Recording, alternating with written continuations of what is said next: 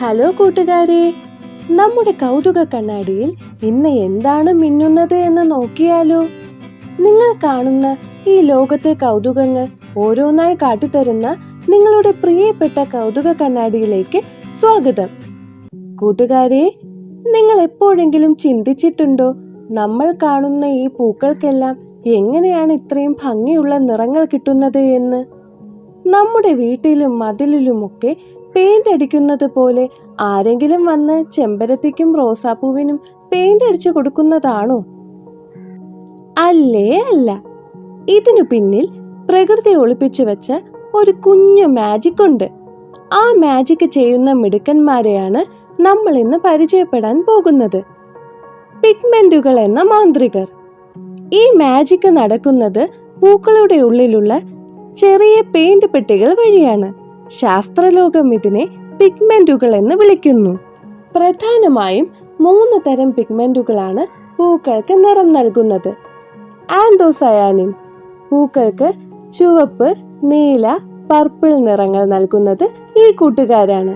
നമ്മുടെ റോസാപ്പൂവിനും ശംഖുപുഷ്പത്തിനുമൊക്കെ നിറം കിട്ടുന്നത് ഇതുകൊണ്ടാണ്. കരോട്ടിനോയിഡ്സ്. സൂര്യകാന്തിപ്പൂവ്, ഡാലിയ, ഡാഫോഡിൽസിനുമൊക്കെ മഞ്ഞയും ഓറഞ്ചും നിറം നൽകുന്നത് കരോട്ടിനോയിഡ്സ് പിഗ്മെന്റുകളാണ്. ക്ലോറോഫിൽ. ഇലകൾക്ക് പച്ച നിറം നൽകുന്നത് ക്ലോറോഫിൽ ആണ്. ഈ പിഗ്മെന്റുകൾ സൂര്യപ്രകാശം ഉപയോഗിച്ചാണ് പൂക്കളിൽ നിറങ്ങളുടെ വസന്തം തീർക്കുന്നത്. പക്ഷേ എന്തിനാണ് പൂക്കൾ ഇങ്ങനെ ഒരുങ്ങി നിൽക്കുന്നത് എന്ന് അറിയാമോ? നമ്മുടെ കുഞ്ഞു പൂമ്പാറ്റകളെയും തേനീച്ചകളെയും ആകർഷിക്കാനാണ്. ദൂരെ നിന്ന് ഈ തിളക്കമുള്ള നിറങ്ങൾ കാണുമ്പോൾ അവർ ഓടി വരും. എന്നിട്ട് പൂക്കളിലെ തേൻ കുടിക്കും. പകരമായി പൂക്കളെ വളരാൻ സഹായിക്കുകയും ചെയ്യും. അപ്പൊ കൂട്ടുകാരെ, ഇനി പൂക്കളെ കാണുമ്പോൾ ഓർക്കണേ, അതിനുള്ളിലെ ആന്തോസയാനിനും കരോട്ടിനോയിഡ്സും ഒക്കെ നടത്തുന്ന നിറങ്ങളുടെ മാജിക്കിനെ കുറിച്ച്.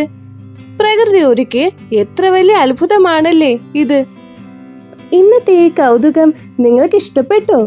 എങ്കിൽ വീഡിയോ ലൈക്ക് ചെയ്യാനും ഷെയർ ചെയ്യാനും മറക്കരുത്. ഇതുപോലെയുള്ള അത്ഭുതങ്ങളുമായി നമുക്ക് വീണ്ടും കൗതുക കണ്ണാടിയിലൂടെ കാണാം. ബൈ.